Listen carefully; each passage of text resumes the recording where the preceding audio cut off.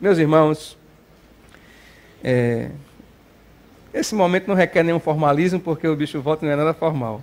Mas é a primeira vez que ele está entre nós.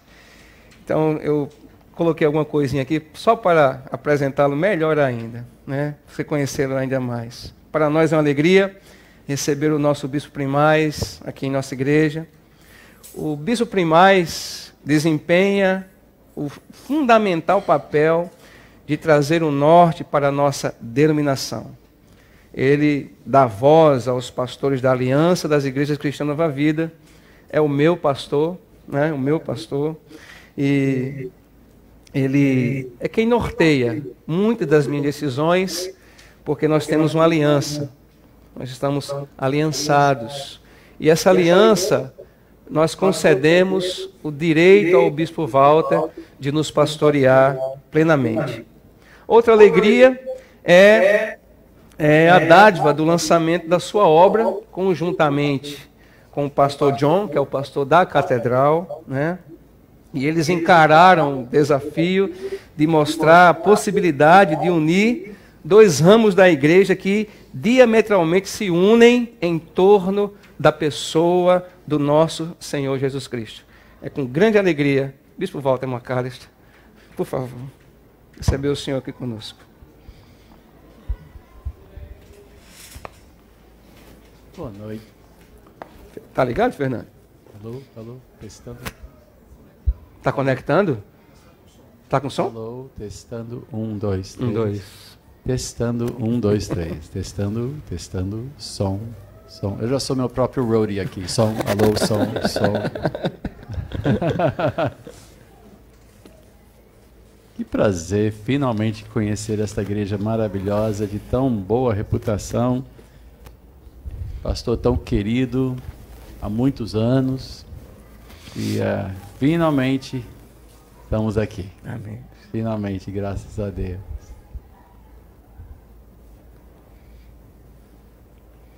Eu estou assim. Deixa eu botar meu óculos primeiro. Não que eu precise muito de óculos, preciso um pouco de óculos. Mas para ver a última fila já é um pouquinho assim. Ah, tá bom. Povo bonito, povo feliz. Canta macio, você vai te cantar. Muito bom estar aqui com os irmãos. É muito bom. Vamos abrir as nossas Bíblias em Efésios capítulo 1. Efésios, o primeiro capítulo. E nossa leitura começa com o versículo 17. Como disse o pastor Abílio, ligue sua Bíblia. Se você diz, não, mas eu prefiro usar em forma original, então abra seu pergaminho em Efésios, capítulo 1, versículo 17. E vamos ficar de pé para a leitura da palavra de Deus.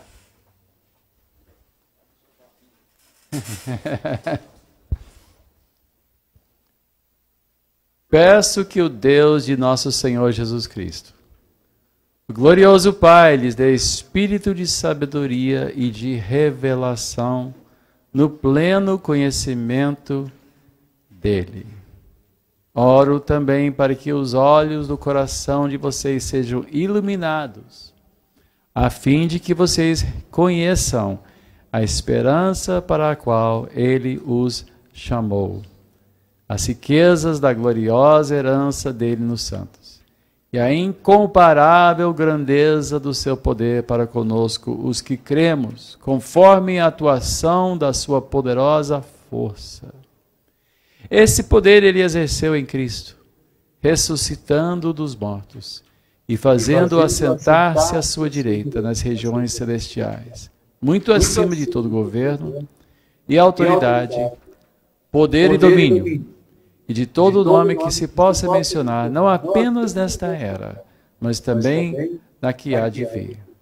Deus colocou todas as coisas debaixo de seus pés e o designou cabeça de todas as coisas para a igreja, que é o seu corpo, a plenitude daquele que enche todas as coisas em toda e qualquer circunstância. Oremos, nosso Deus e Pai. ser conosco aqui esta noite, neste momento de reflexão bíblica, me ajudando, Senhor, a entregar o que creio ter recebido de Ti, e instruindo os nossos corações, não só as nossas mentes, mas os nossos corações também, para podermos compreender e crer de todo o coração, e uma vez tendo crido, viver de acordo. Eu te peço em o nome de Jesus. Amém e amém. Podemos sentar.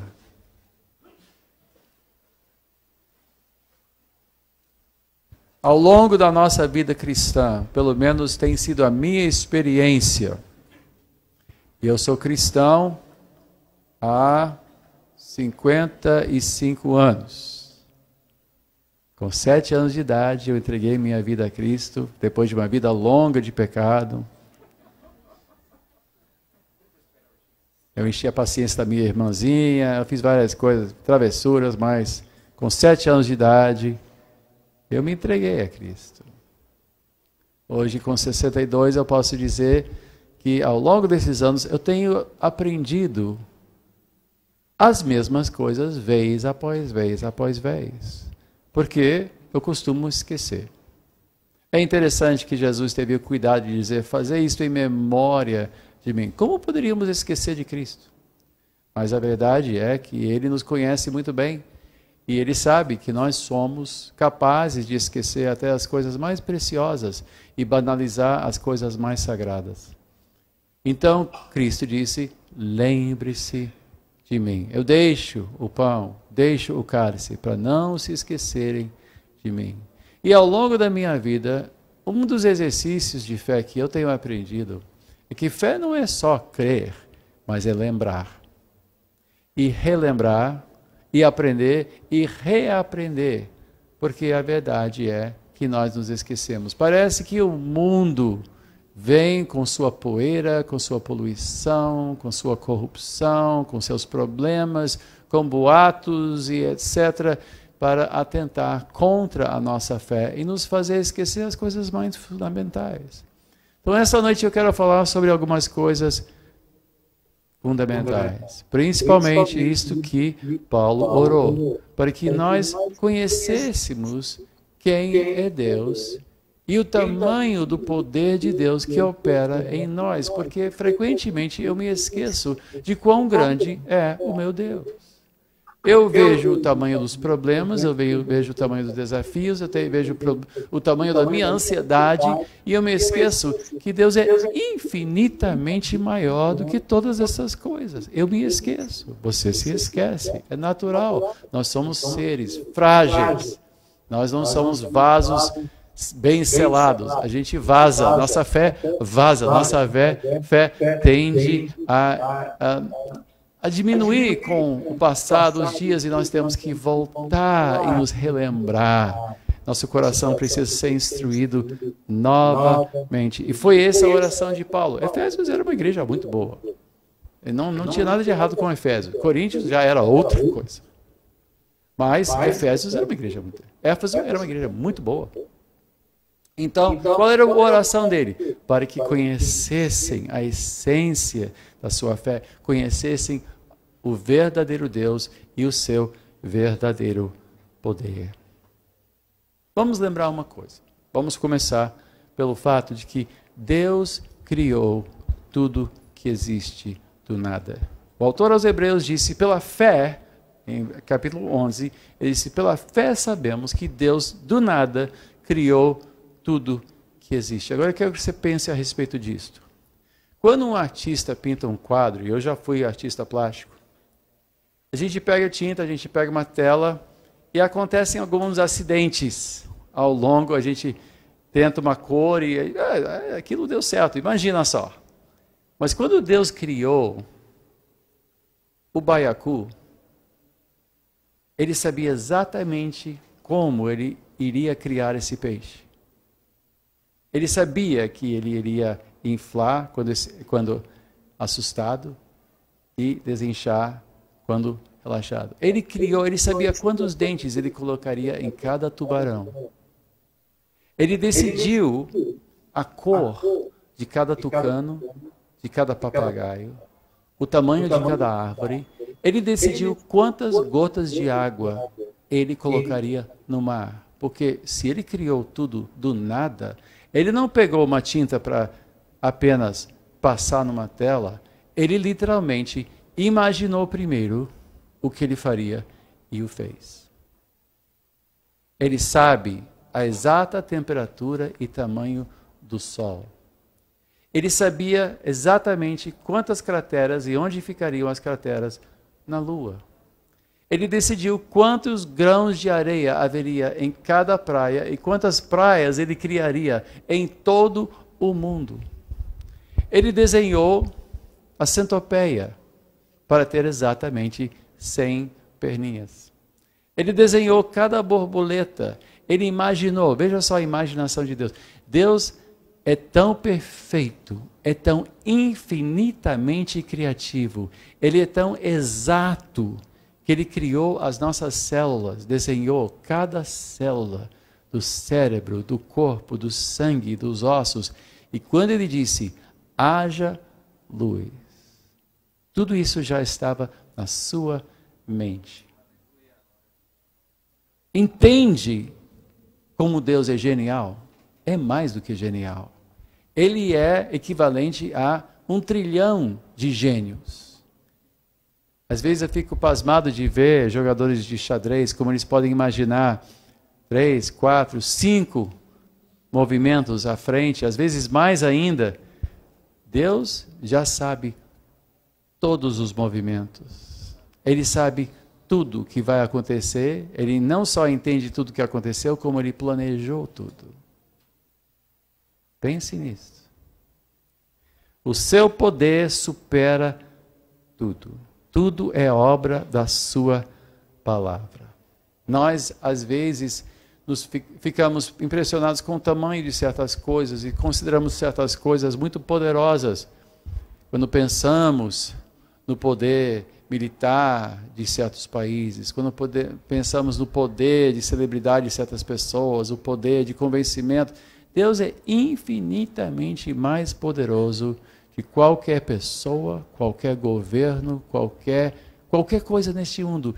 Deus é maior e só Deus é Deus.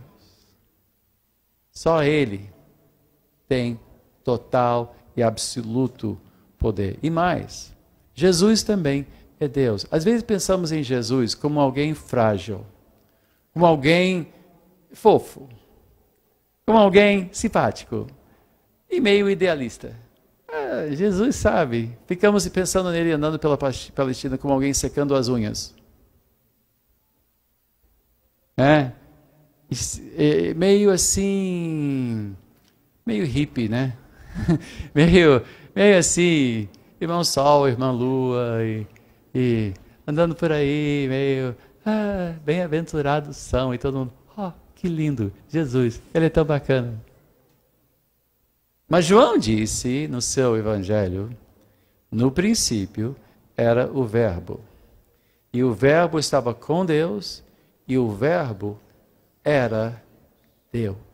Ele estava do princípio com Deus, todas as coisas foram feitas por intermédio dele, e sem ele nada do que foi feito se fez. A vida estava nele e a vida era a luz dos homens. A luz resplandece nas trevas e as trevas não prevaleceram contra ela. Literalmente, a vida estava nele. Eu recebi vida de Deus. Eu recebi vida dos meus pais. Eu nem sempre fui vivo, nem você.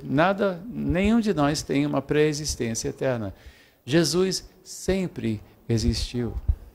Ninguém pode lhe tirar a vida. Tanto que ele disse, ninguém tira a minha vida. Eu a dou.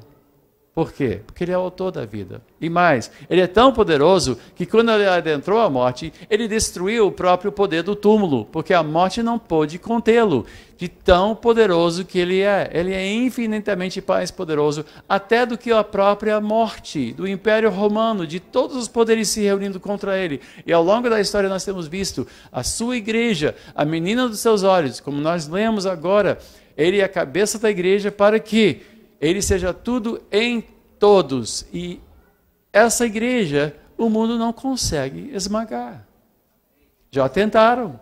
A igreja foi duramente perseguida, Bíblias queimadas, pessoas martirizadas, lançadas aos leões, pessoas eram usadas como tochas humanas no circo romano. Quantos tentaram esmagar e apagar a igreja da face da terra, mas hoje a igreja continua forte, pregando o evangelho ao redor do mundo. Por quê? Porque o nosso Deus, Jesus, não pode ser derrotado nunca. E tudo para ele é absolutamente possível. Jesus disse para o homem, certas coisas são impossíveis, mas para Deus todas as coisas são possíveis. Mas ele não somente criou o mundo, Jesus e Deus, Deus Pai, Filho e Espírito Santo, eles sustentam o mundo. Veja só em Hebreus 1, abra em Hebreus 1.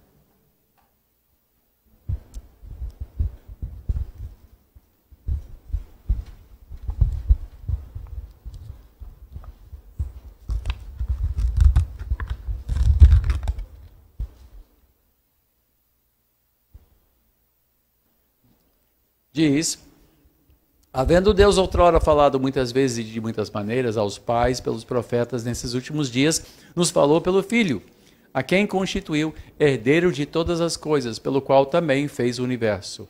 Ele que é o resplendor da glória e a expressão exata do seu ser, sustentando todas as coisas pela palavra do seu poder. Depois de ter feito a purificação dos pecados, assentou-se à direita da majestade nas alturas, tendo se tornado tão superior aos anjos, quanto herdou mais excelente nome do que eles. O que isso quer dizer? Rapidamente. Eu quero ver meu tempo. Como é que eu estou de tempo aqui? Como é que eu estou em termos de tempo? Eu quero... Tenho 45 minutos? Só? Para começar. Meu tempo é 45. Ok. Depois a gente conversa. O que isso quer dizer? Quer dizer que tudo continua a existir porque ele sustenta a existência de todas as coisas. Deixa eu tentar demonstrar o que isso quer dizer.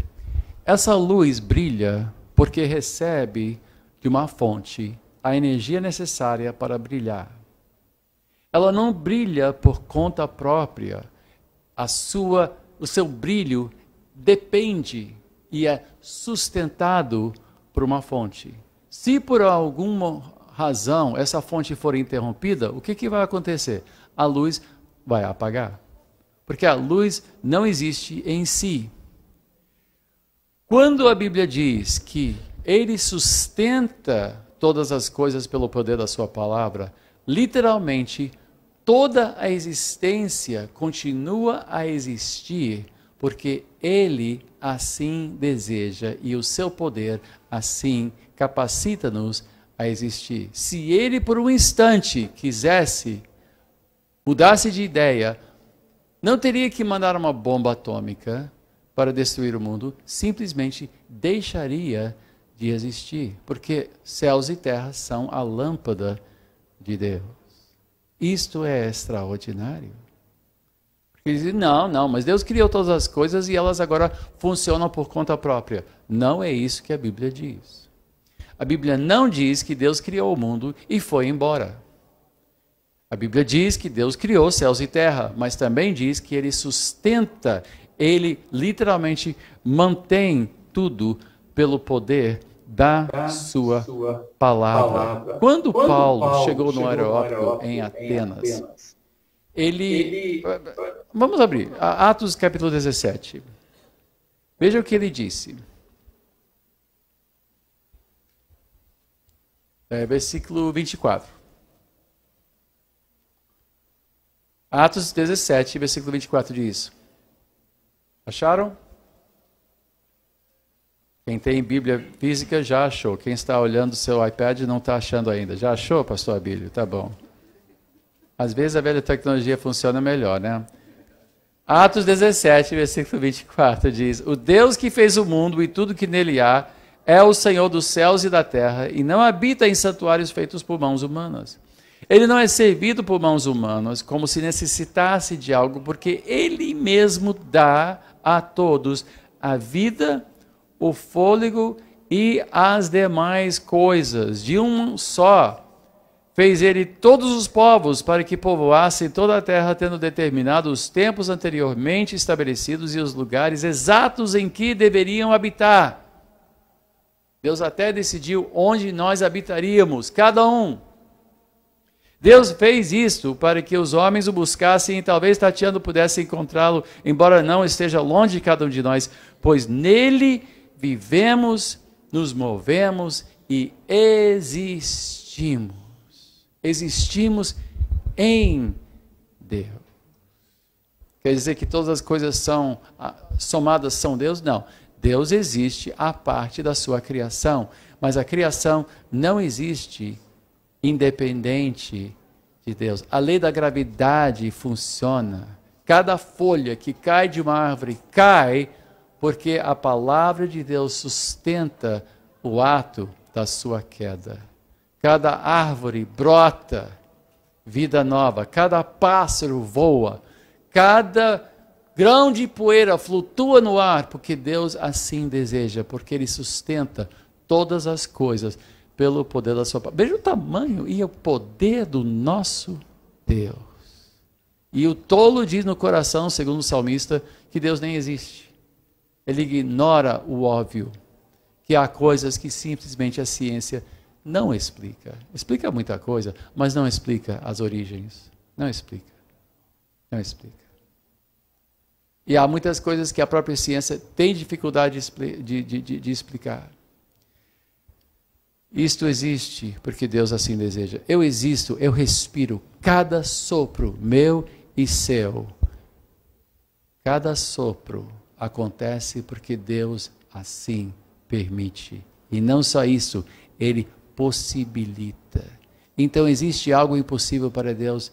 Não. Nada para Deus é impossível. Agora, nós cremos nisso, mas isso nos cria um problema. Porque nem tudo que acontece neste mundo é bom. E nos perguntamos, se Deus capacita o mundo e a existência do mundo, quer dizer que Ele também sustenta a existência do mal. O mundo se desviou, rejeitou a Deus.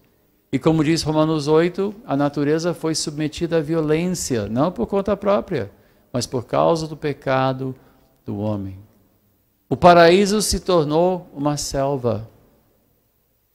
Se tornou uma selva. E a natureza humana, criada para louvar a Deus, se revoltou contra a glória de Deus, rejeitou a glória de Deus. E a nossa inteligência, por mais sábio que sejamos, se tornou obscurecida e nós nos tornamos tolos. E nós nos perdemos. E todos pecaram e ficaram aquém da glória de Deus. Ou seja, mesmo Deus tendo criado céus e terra e visto que eram bons, mesmo tendo criado o homem e visto que era muito bom, hoje não podemos dizer que este mundo seja bom. Nem que o homem seja bom. O homem é mau. Crianças não precisam ser ensinadas a fazer travessura. Fazem isso com a maior naturalidade. Naturalmente desobedecem. Naturalmente colocam o dedo na tomada. Naturalmente chegam para o pai um dia e dizem não. Eu me lembro quando meu neto caçula aprendeu a palavra não. Ele usou essa palavra por semanas. A gente falava Theo e ele não. Agora vai comer seu jantar. Não. O meu neto tem, os meus dois netos, mas esse caçula tem uma força de vontade extraordinária. Ele já quer conquistar o mundo, só tem 3 anos de idade.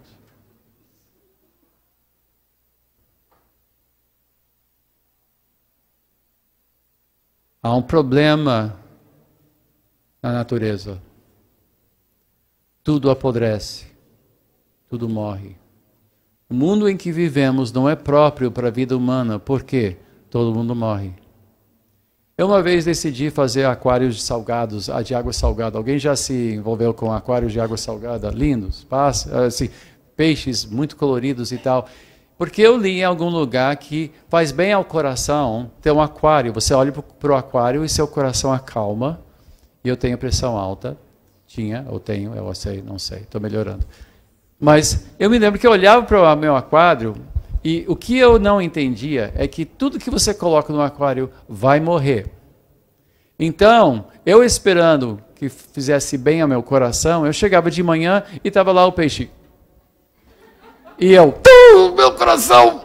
Então, não faz bem ao coração ter um aquário. É uma mentira. Esse artigo que eu li, que aquários acalmam e fazem bem ao coração, não é verdade. Porque tudo que você coloca lá, morre. E eu lá... Até que eu cheguei à conclusão que, se você colocar um peixe no aquário, você está condenando esse peixe à morte. A uma morte prematura, porque no mar vive muito mais do que no aquário. Então, para o seu prazer, olha só como nós somos maus. Porque para o nosso prazer, condenamos, coitadinho do peixinho, né? O peixinho está lá só nadando e comendo aquelas comidinhas e tal. E nós o colocamos para o nosso prazer e matamos. Neste mundo, tudo morre. Qual é a conclusão que podemos tirar? Que a vida é mortal. Que a vida mata. Para morrer, basta viver. Que este mundo não é próprio para a vida humana. Um dia nós vamos viver para sempre, num lugar que Cristo preparou para nós, e não haverá dor, não haverá doença, não haverá sofrimento, não haverá hipocrisia, não haverá mentira ou violência, não haverá morte. Por quê? A morte será banida. Mas neste mundo, a morte é a regra que rege o mundo. Mesmo Deus sustentando, o mundo tem um problema que teve que ser resolvido. E foi isso que Cristo veio fazer. Em Colossenses 1, versículo 16, diz: Colossenses, sobre a terra, quer nos céus. Um dia haverá novos céus e nova terra. Um dia, por causa da obra que ele completou na cruz do Calvário, um dia este mundo será completamente renovado. Ele reconciliará. Tanto que em Romanos 8 diz que a natureza geme pela revelação dos filhos de Deus. Que vai acontecer quando? Quando Cristo voltar, quando houver o juízo final, e então nós começaremos uma existência eterna sem morte, sem a lei da selva. Voltará a ser um paraíso. A Bíblia é muito clara sobre isto. Então nós vemos que ele é o criador de todas as coisas, ele sustenta todas as coisas e ele também é o redentor de todas as coisas. Por isso Paulo disse em Romanos 8, versículo 18, se quiser abrir. Ele diz: porque para mim tenho por certo que os sofrimentos do tempo presente não podem ser comparados com a glória a ser revelada em nós.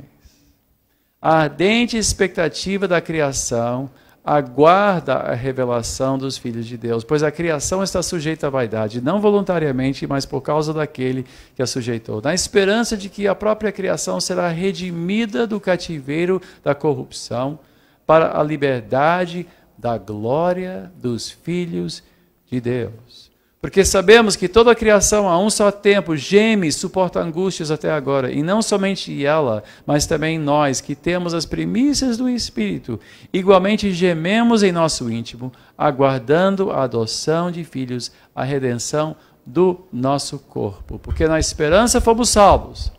Ora, esperança que se vê não é esperança, pois o que alguém vê, como espera?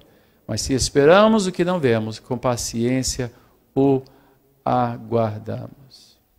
Até então, ou seja, até o fim, ele conduz todas as coisas. Mas ele também está criando um povo para reinar com ele. Nós estamos aprendendo face a toda a adversidade, em meio aos sofrimentos, em meio às lágrimas, em meio às dificuldades e às perdas.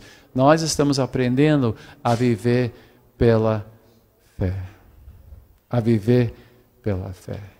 Quando a gente começa com Cristo, tudo é maravilhoso.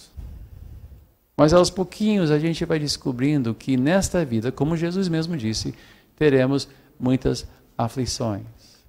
Então nós estamos aprendendo a andar e a superar dificuldades pela oração, a perseverar mesmo quando as coisas não vão bem. Ninguém precisa perseverar quando está de férias. Quando você liga de volta, estou aqui de férias, mas eu estou perseverando aqui na praia, estou perseverando com essa água de coco, um camarãozinho frito, estou perseverando. Ninguém tem que perseverar quando as coisas vão bem. Por que a gente tem que perseverar? Porque as coisas não vão bem. E face às dificuldades, nós temos que perseverar primeiro em crer que Deus, de fato, é poderoso e sustenta todas as coisas e dirige todas as coisas. Ele literalmente conduz todas as coisas. E mais, ele tem direito de fazê-lo. Nós vemos isso no Apocalipse, quando pegaram um livro com os selos e disse: quem é digno de abrir os selos? Disse: aquele que foi morto, mas agora vivo está.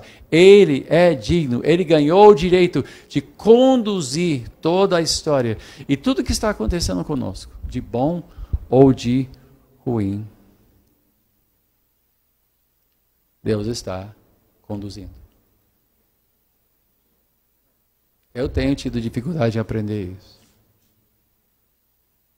Eu tenho dificuldade de aprender isso. Não vou entrar, não vou chorar as minhas mágoas, mas eu vou lhe dizer, a vida não é o que eu esperava que fosse. A vida não é o que eu esperava que fosse. E eu tenho tido orações não respondidas há muitos e muitos anos. Eu tenho perseverado e dito: Senhor, cura minha esposa. Há anos. E eu sei que tudo está acontecendo dentro de um plano divino. Que Deus não perdeu meu endereço. Deus não foi derrotado em minha vida. Ele é vitorioso, Ele é rei, Ele conduz.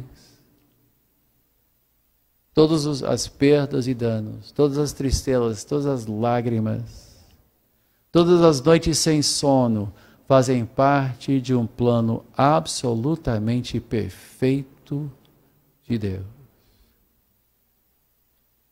Sabemos que todas as coisas, disse Paulo, Romanos 8, 28, sabemos que todas as coisas cooperam para o bem daqueles que amam a Deus, daqueles que são chamados segundo o seu propósito. Porquanto aos que de antemão conheceu, também os predestinou para serem conformes à imagem de seu Filho, a fim de que ele seja primogênito entre muitos irmãos. E aos que predestinou, a esses também chamou. E aos que chamou, a esses também justificou. E aos que justificou, a esses também glorificou. Este ano derramamos muitas lágrimas. Um amigo de muitos anos que vocês conhecem. Eu sepultei pastor João Vieira no primeiro dia do ano. 52 anos de idade. Pouco tempo depois, sepultei outro pastor nosso, 44 anos de idade. Filhos pequenos. Sepultei a esposa do bispo Birajara há poucos meses atrás. E há poucas semanas atrás sepultei a sua sobrinha, a esposa do bispo Paulo Lima. Ela morreu de câncer de cérebro depois de ter tido um transplante de rim que o próprio marido tinha doado para ela. Ele não só deu seu coração, como ele também doou um rim para ela. E mesmo assim, com câncer de cérebro, o remédio de um atacava o problema de outro. Então tiveram que finalmente escolher entre as duas coisas até que o câncer foi permitido, literalmente, devorar o seu cérebro, até que ela faleceu com convulsões. Ela tinha 52 anos de idade também. E entre as nossas lágrimas e a nossa dor, nós confessamos, Deus sabe o que faz. Ele tudo pode. Se Ele quisesse curá-la, teria feito isto assim. Mas não fez. E não podemos ressentir a vontade de Deus. Nós temos que confiar que tudo coopera para o bem, tanto para ela como para o seu marido. E nisso tudo, um dia nós chegaremos no céu. E nós diremos, de fato, Deus fez tudo com absoluta perfeição. Não temos que ressenti-lo. Voltamos à nossa leitura original.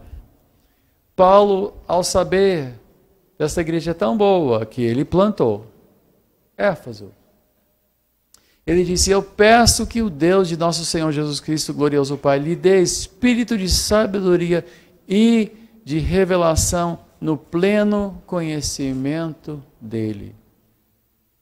Quem se revolta não conhece Deus. É claro que choramos. É claro que choramos. Temos noites escuras da alma. Andamos por desertos áridos. E não fazemos pouco do nosso sofrimento. Não despedimos o sofrimento como se fosse, sim, não, Deus sabe o que faz, então não vou nem ficar triste. Não, nós ficamos tristes. Nós sofremos demais. Mas, Paulo disse, eu oro para que os olhos do coração de vocês sejam iluminados, a fim de que vocês conheçam a esperança para a qual Ele os chamou, as riquezas da gloriosa herança dele nos santos e a incomparável grandeza do seu poder para conosco, os que cremos, conforme a atuação da sua poderosa força. Deus tem que nos conceder um conhecimento que supera a nossa capacidade de conhecer humanamente. É uma certeza que nasce do Espírito, é uma certeza que nasce de oração, de que a nossa vida está em boas mãos, quer seja quando estamos rindo ou quando nós estamos pranteando, Deus sabe o que faz. Deus sabe o que faz. O crente Nutella, para usar vocês sabem do que eu estou falando, né? Quem sabe do que eu estou falando, crente Nutella? Alguns. Os internautas, os facebookianos, os youtubers, vocês sabem.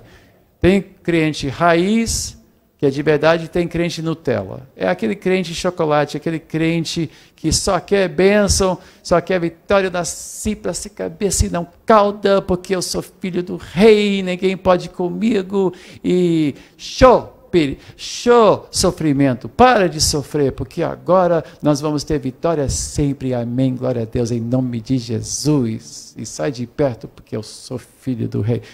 Isso é infantilidade, não é isso que a Bíblia diz. A Bíblia diz que nós somos como ovelhas entre lobos, nós somos entregues à morte todos os dias, nós perseveramos, porque nós estamos aprendendo fé, faz parte do nosso aprendizado, porque nossa esperança não é no marido perfeito, ou a esposa perfeita, ou o emprego perfeito, ou um carro novo, ou casa própria. Isso não é a razão da nossa esperança. Nossa esperança não é deste mundo. Tanto que Paulo disse em 1 Coríntios 15, se a sua esperança se limita a esta vida, você é patético. Se nossa esperança fosse só nessa vida, nós seríamos os mais miseráveis dos seres humanos. Esse mundo passa. Esse mundo passa. Céus e terra vão passar, mas um dia os filhos de Deus ressuscitarão, serão transformados num piscar de olhos, verão o Senhor e tudo se fará novo. Todo mal, toda morte, todo sofrimento será banido e então nós estaremos face a face com aquele que morreu por nós na cruz e diremos: és tu, Senhor? É por tua causa que nós vivemos. E nós teremos razão para louvá-lo por toda a eternidade.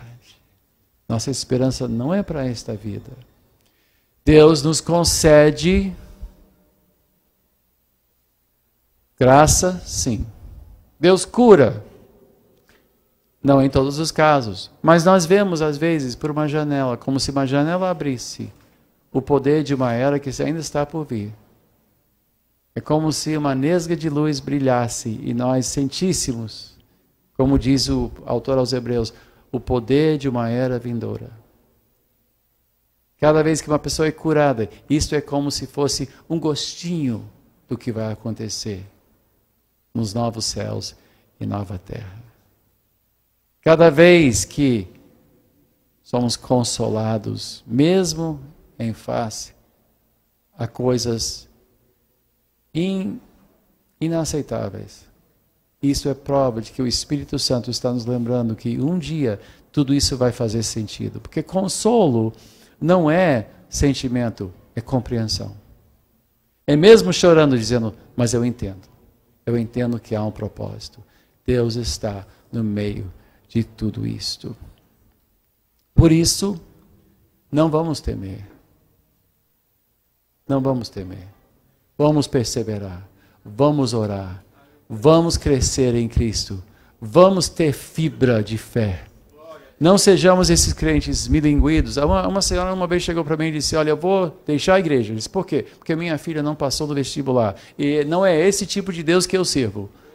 E eu disse, minha filha, não é mesmo esse tipo de Deus que você serve. Melhor você achar uma igreja mais poderosa. Mas esse não é a fé cristã. A fé cristã não garante que todas as nossas vontades serão feitas. A fé cristã garante vida eterna com Deus.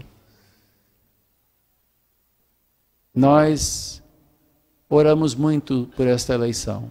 Eu orei muito. Alguém aqui orou por esta eleição? Eu orei por esta eleição. Eu orei. Eu orei anos por esta eleição. Sem saber quem seria eleito, eu orei anos por esta eleição. Nós estávamos à beira de um abismo. E eu não estou dizendo que o nosso novo presidente é o salvador da pátria, mas eu estou dizendo nós fomos poupados de um destino terrível. Terrível. O que vai ser o novo governo? Não sei. Mesmo assim, mesmo vendo uma resposta à minha oração, eu sei que nós teremos muitas aflições nesse novo governo. Haverá muitas aflições no Brasil, muitos perigos nos aguardam, muitas dificuldades nos esperam. Vamos perseverar? Sim, vamos perseverar. Vamos orar muito, vamos chorar muito, vamos trabalhar muito e vamos lutar muito. E em tudo isto, o nosso Deus, que é poderoso, fará o que é absolutamente perfeito e da sua vontade, porque ninguém frustra a vontade de Deus, ninguém pode frustrar os desígnios eternos de Deus. Só Ele é Deus. Eu estou dizendo essas coisas, sabe por quê? Porque assim como eu, você precisa se lembrar. Porque nós nos esquecemos. Nós nos esquecemos. Nos esquecemos que Deus está no controle. Ele de fato está no controle. Podemos confiar nele? Sim. Para fazer todas as nossas vontades? Não. Não. Não. Quando os meus netos chegam na minha casa, eles chegam já com uma lista de vontades. Vovô, eu quero um biscoito. Agora não. Vovô, eu quero um doce. Agora não. Vovô, eu quero morango. Não tem. Os meus netos comem constantemente. Do momento que eles acordam, eles são magrinhos. Eu não sei, eu acho que de tão ruim eles não conseguem engordar. Eles são maravilhosos, mas eu amo os meus netos, né? Eu adoro vê-los chegar na minha casa, adoro vê-los voltar para casa. Eles dizem, agora não, e eu digo, agora sim. Eu não quero ir embora, mas você vai ter que ir. Papai e mamãe estão cansados e vovô e vovó também vão para a cama, mas eu quero quero água. Porque eles têm uma rotina de enrolação, você sabe como é. Assim como nós temos com Deus. Oh, Senhor, mas eu quero mais um copo da água. Quantos aqui sabem, quantos aqui já passaram por essa rotina com seus filhos? Hora de dormir. E a criança, não, mais um brinquedo. Ah, mas eu quero mais um biscoito. E depois você pensa, consegui, já estão na cama, quase dormindo. E depois você ouve assim, pai, estou com sede. Você, meu Deus, quase que eu estava dormindo, quase. Aí, depois você chega lá, estão bebendo uma água, olham para você. Você conta mais uma história? Não. São crianças, sabem pedir, não sabem esperar. Ah, vamos passear. Quando? Agora? Não, amanhã. Agora? Não, amanhã. Eles não têm noção de tempo. Como também nós não temos noção do tempo de Deus. Leva anos para aprender a andar no ritmo de Deus. A saber esperar em Deus. A entender que Deus realmente sabe o que faz. Já fez viagem com seus filhos no carro? Já chegamos? Não. Mais 3 horas. 5 minutos depois. E agora? Já chegamos? Não. E nós estamos assim com Deus. Senhor, é agora? Não. Espere em mim. E nós continuamos a nos frustrar, porque como crianças ainda não entendemos quem é o nosso Deus. Assim como os nossos filhos não entendem quem nós somos, o que nós entendemos e do que nós somos capazes. E que nós sabemos mais e que agora não é hora de comer biscoito porque vai estragar o apetite e depois não vai comer suas verduras. Assim, Deus também tem um plano para as nossas vidas e sabe o que nós precisamos, inclusive sofrer. As perdas que nós sofremos fazem parte desta jornada com Deus. E quem diz que ser um bom cristão é viver de bem com a vida, não está dizendo a verdade. A vida é cheia de aflições, é dura, é difícil e nós temos que crescer. E viver pela fé, caminhar pela fé. Às vezes, de tão escuro você só está palpando as paredes tentando não cair. Outras vezes você está no deserto tão seco que você está tentando não morrer de sede. Mas não é que a gente sobrevive? Tudo isso. Não deixe que a tristeza, que as perdas, roube de você o que você tem de mais precioso. O que temos de mais precioso é Cristo em nós, a esperança da glória. Isso é o que é de mais precioso. E quando, enfim, chegar a hora e ao lar celeste me transportar, adorarei. E para sempre confessarei que Jesus Cristo é o Senhor. E será maravilhoso. O cristão maduro é alguém que vê além desta vida. É que marcha ao som de um trombeta que não é deste mundo. E que entende que nossa cidadania não é aqui. A nossa alegria não é aqui. As nossas certezas e esperanças não podem ser daqui. Tudo aqui é transitório. É por isso que Paulo disse em 1 Coríntios 6, eu acho. Ele disse, então, aquele que chora, viva como se não chorasse. Aquele que é casado como se não estivesse casado. Aquele que possui como alguém que não tivesse nada. Por quê? Porque a aparência deste mundo está passando, está apagando. Tudo isso vai passar, tudo. Todas as suas alegrias, toda a sua juventude, toda a sua força física, tudo vai passar. E um dia, quando você estiver perto do fim, quando os olhos não puderem ver, ou o paladar poder sentir, ou os ouvidos poderem ouvir, você, cada vez mais se desligando deste mundo, seu coração se voltará para aquele que terá você na sua presença para todo sempre, sem fraqueza, sem doença, sem dificuldade, sem tristeza. Quanto mais eu me aproximo, E eu não estou tão velho assim, sou 62 anos só. Ainda consigo pegar uma onda com o meu pranchão. Eu espero que nos novos céus e nova terra haja ondas. E que Deus permita que eu tenha uma prancha, um pranchão abençoado.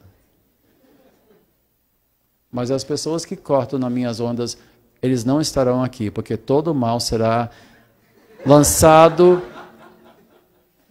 no lago do fogo eterno, preparado para Satanás e seus anjos. E alguns dos que vão para lá são aqueles que quase me matam nas ondas, aqueles que cortam na minha onda. Mas, como vai ter muito menos gente, aí o crowd não vai ser tão grande. Eu não sei como vai ser os novos céus e terra, mas eu sei que será glorioso. Se tiver surf, ótimo. Se não tiver, vai ter coisa muito melhor. Muito melhor. Mas é difícil a gente aprender a fazer isso. A voltar nossos olhos para algo que ainda... Como disse Paulo, esperança que se vê não é esperança. É difícil a gente imaginar. E nós teríamos que especular. E tem gente que inventa a história. Porque nós vamos flutuar de nuvem em nuvem. Vamos passar por paredes, não sei o quê. Eu não sei, a Bíblia não fala. Então não adianta ficar especulando, né? Se Cristo voltar a tempo e o meu cachorro ainda estiver vivo, eu espero que Bubu também vá comigo, né? Porque ele é um amor de cachorro. Ele é um mini pitbull, né? É todo trancudinho, tal, 22 quilos, mas ele vive colado no meu pé o dia inteiro. Ele é um abajur lá dentro de casa. Ele assim, abre a porta, entra pessoas estranhas, ele não faz nada, até abrir a geladeira e ele acorda. Então, mas ele, o Bubu, eu queria que o Bubu estivesse no céu, não sei, eu acho que, não sei, se vai ter animais, não sei, de repente o Bubu. Mas, agora eu estou brincando, mas eu sei de uma coisa. Porque até essa alegria, eu sei que se tudo correr normalmente, um dia eu vou enterrar o Bubu. Cada vez, todo mundo que faz um voto de casamento vai ter muitas alegrias, mas um dia um de vocês vai enterrar o outro. Essa vida é marcada por tristezas, por aflições, por perdas, por ansiedade. Isso faz parte do mundo em que vivemos. Mas um dia não haverá mais essa tristeza. Estou me lembrando, estou tentando aprender, estou tentando renovar minha mente e pedindo a Deus para que as nossas mentes, todos nós, sejamos fortalecidos na nossa fé, resolutos de não abrir mão daquilo que é mais precioso que a presença do nosso Deus. Vamos orar. Amado Deus e Pai, bondoso Deus, maravilhoso Senhor, maravilhoso Senhor. Gratos somos pela Tua bondade, por ter sido escolhidos para andar contigo, predestinados, justificados, sendo santificados e um dia seremos glorificados. Que coisa maravilhosa te conhecer. Que coisa maravilhosa acordar a cada dia sabendo que as tuas misericórdias se renovam a cada dia. Sim, cada manhã.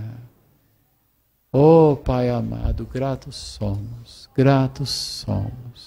pelo dom de Jesus, pelo sacrifício na cruz do Calvário, pela Tua palavra que é clara e que é lâmpada para os nossos pés e luz para o nosso caminho, pela comunhão dos santos, onde nós recebemos instrução, pastoreio e comunhão, apoio mútuo e correção. Deus e Pai, abençoa esta maravilhosa igreja, que ela continue a ser uma torre de luz para todos ao redor, para verem a glória de Deus neste lugar. Eu te peço, em o nome de Jesus. E que todos digam amém. Amém. Que Deus os abençoe rica e abundantemente. Obrigado.